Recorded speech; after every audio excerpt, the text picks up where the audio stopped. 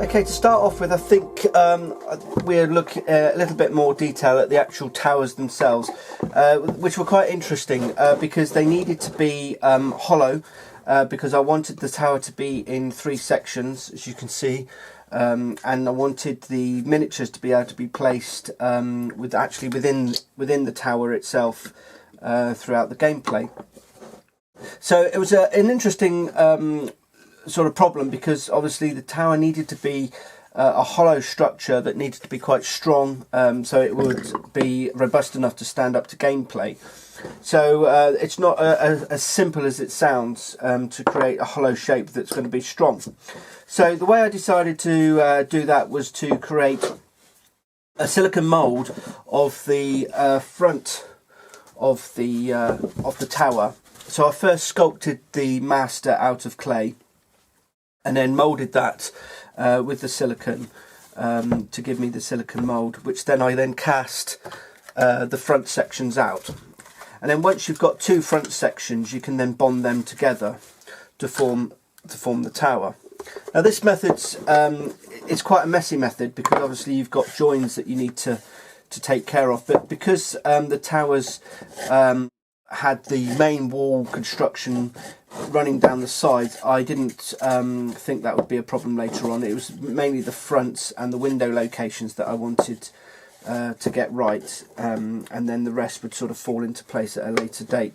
Okay, so I've got my my mould ready. Now normally I'd use a different type of strengthener in the resin to do most of my stuff, but because these need to be super strong, because they're going to be hollow and we don't want them crushed, I'm using a tri-core fiberglass mat, which is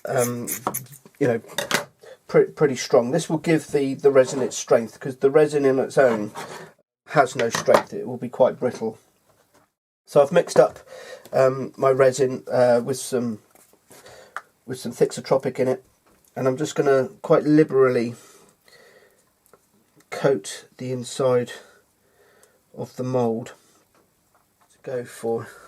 So I'm just now going to laminate the tri-core fiberglass mat into that whilst it's still wet. Okay, so I've applied the resin to the mould. Now it's just a case of demoulding the tower side, and then just trimming back the excess. Okay, before bonding the 2 parts together, I want to be able to laminate the inside of the tower rather than the outside, because that will build up excess layers that we then need to get rid of. So the first thing to do is to cut the tower into 2 pieces before chopping the top off. Okay, so I've cut the 2 sections apart, so you can see that they're in a half now. So now when I put them together, it means I'll get access to the inside, so I can use elastic band to hold these in position, whilst I then laminate the actually internal seams, which will be a much neater finish than trying to do it from the outside.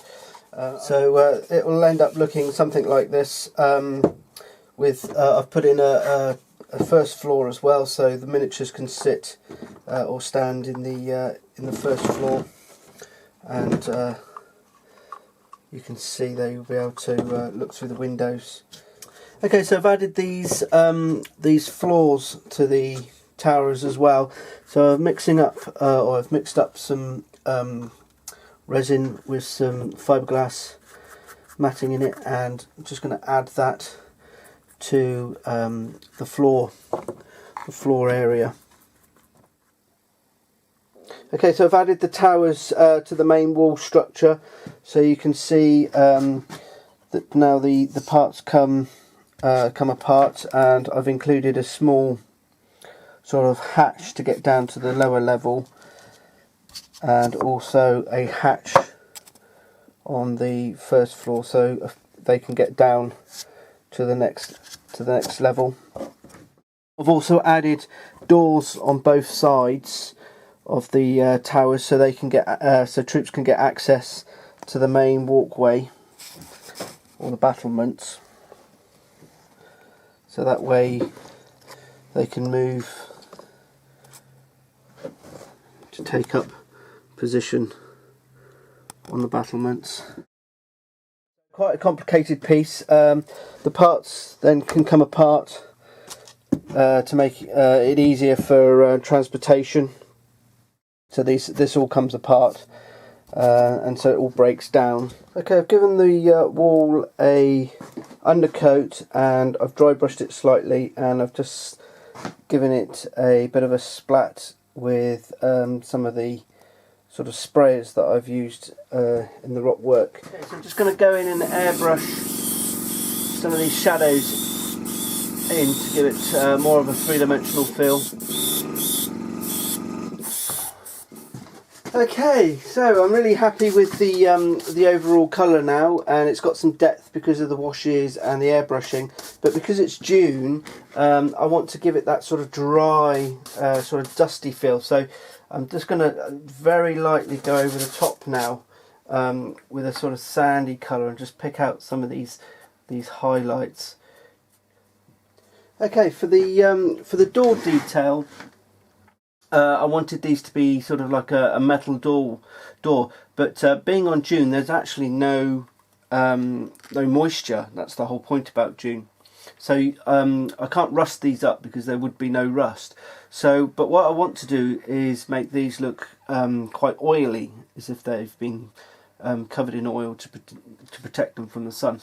So I'm using this Model Mates product, which is a sort of translucent wash that you can put over silver, and this will make them appear to be sort of oily, a wonderful sort of oily sort of metal colour, like so. And then afterwards you can always either dry brush back in the actual silver if you wanted some of those highlights to come through, or you can rub it down with a cloth just to bring those back out again. Okay, that's the main wall now completed. So I thought I'd give you a quick preview of what it looks like with the mountain in the background. So these two pieces will eventually sort of fit together. I've still got the adjoining steps to make down to the lower courtyard and to the gate. Give you a look at the back. I've made the gate open so it has these two poles that slide out, and then the main gate can be drawn back. I think you'll agree that it's going to look really impressive when it's all completed. So it's quite a structure. It's really difficult to give you a sense of scale from the movie, but it is massive. So this is the 4x4 section, or it's 4x3 at the moment. And so the next piece to make will be the dry riverbed that runs along the front, with the bridge that connects the sort of main structure with the rest of the sand, open sand in front of the fortress.